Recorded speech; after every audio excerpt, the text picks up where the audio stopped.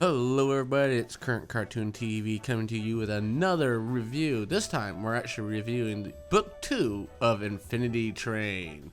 My name is Outlaw and I will be your host, and I'm also joined by Gundam. What's up, guys? So we're actually going to be reviewing Book 2 of Infinity Train, where we actually follow MT, Mirror Tulip, on her adventures through the train. And her numerous companions. Yes, numerous is one of them being Alan Dracula, which is a white-tailed deer.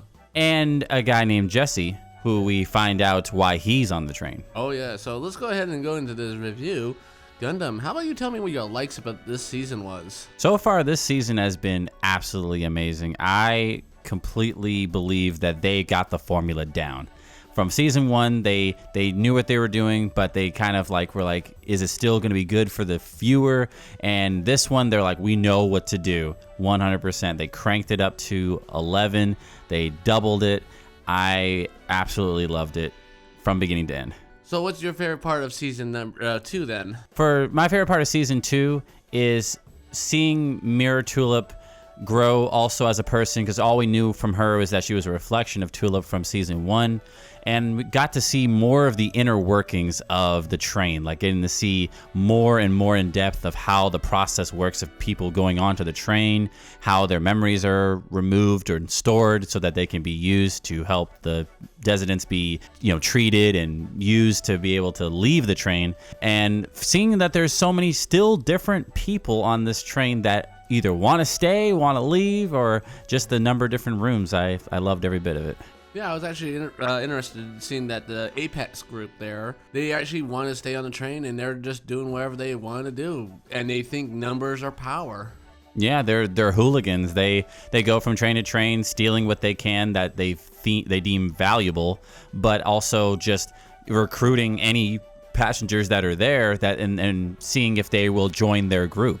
And what I liked about this season is we actually did follow Mirror Tulip a little bit and seeing how she actually evolved herself. She got herself a new haircut. She actually changed her clothes and all that. And she actually became more of a person herself, as she wanted to be. She wanted to be herself. She didn't want to be associated with Prime Tulip. She wanted to be her own self. And then we get to see her actually interact with other people on this train.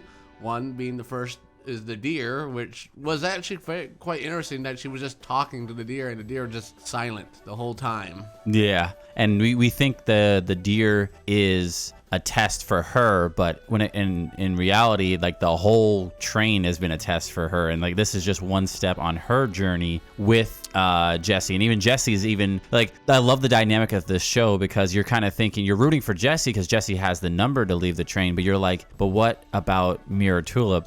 This is also her journey to leave and to grow and to solve all her within problems that she has, the inner problems that she's been facing being a mirror of another person. And we actually get to see some of the old characters from the book 1 in the Lucky Cat car. We actually see the cat once again. Oh boy, yeah. We actually see the watering people from book 1 that were selling donut holes. And he still wanted to. He's still a salesman. And then I honestly thought the mystery person that was actually trying to win the door was actually the old conductor from book 1 with all the numbers on her. I literally thought maybe, we get to see her again, see what her numbers changed and all that. But no, we get this new person that just leads the Apex group. Want to do whatever they want. They don't want to leave the train.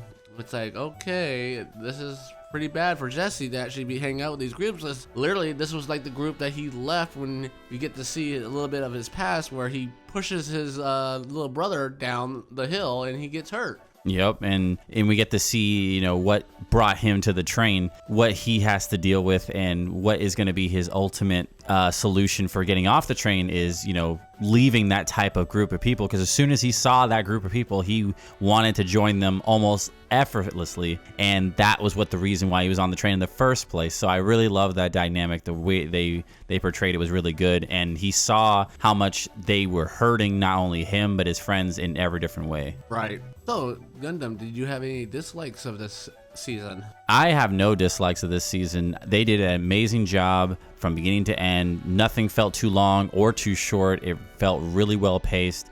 I loved the animation still. They did a great job. They didn't try to lower that quality down or anything like that. I loved the music. It was so good for this season. I also have to agree with you. I have no dislikes of this season at all. It was actually really perfect and all that. I did this watching this in all of 10 episodes at once, and I didn't feel bored at all. Like, there was not a single episode that I was like, okay, this is just a filler episode or anything. Each episode actually progressed the storyline a lot. Not just a little bit and all that, but it was like, okay, I see how things are moving. They're moving really very well and all that. So I totally enjoyed this, and I'm hoping for book 3, and I'm really hoping that we get to see another protagonist. I really like this idea they came out with, is that we're going to have a different protagonist for each book. I did like the fact that Mira Tulip was the protagonist of this. It's like, okay, we saw her in book 1, but she was like, we saw her in book 1, but she was an extension of Tulip, the main protagonist of that one. And I do like how she being a mirror and reflection, season 2 is kind of reflection of season 1. Like, it's her going through it almost like in the same way, but it's done in such a great fashion. Oh yeah, so let's go ahead and go into our ratings here, and I'm pretty sure I know what your rating is on this. When it comes to rating this show, season 2, 5 out of 5, absolutely amazing. Please go watch it. I'm gonna have to agree with you. I'm also gonna give this a perfect score of a 5 out of 5. And guys, you gotta go out there and watch this. It's really good. If you haven't seen book 1, first watch that, then watch book 2. They coexist really well with each other and all that. As you've noticed, we have not delved into many spoilers of the main key plot points in this show, season 2, because we really want you to watch it. It's really good. We don't want to spoil that. And do they get off the train? Is there going to be something that happens? Is it more than what it shows? The answer to all that is in the show. Please go watch it. Well, guys, thank you again for listening to our review of Infinity Train, book number 2. If you guys like this little review, and if you want more in-depth review, let us know down in the comments below. And also, like and subscribe to our channel and turn on those notifications so you guys get the up-to news on our reviews. We might actually have another review coming up soon. And don't forget to check our links in the description. We have our website at www.currentcartoontv.com, our Patreon, our Facebook, Twitter, and just give it guys a heads up. All right? All right, guys. Good night, everybody.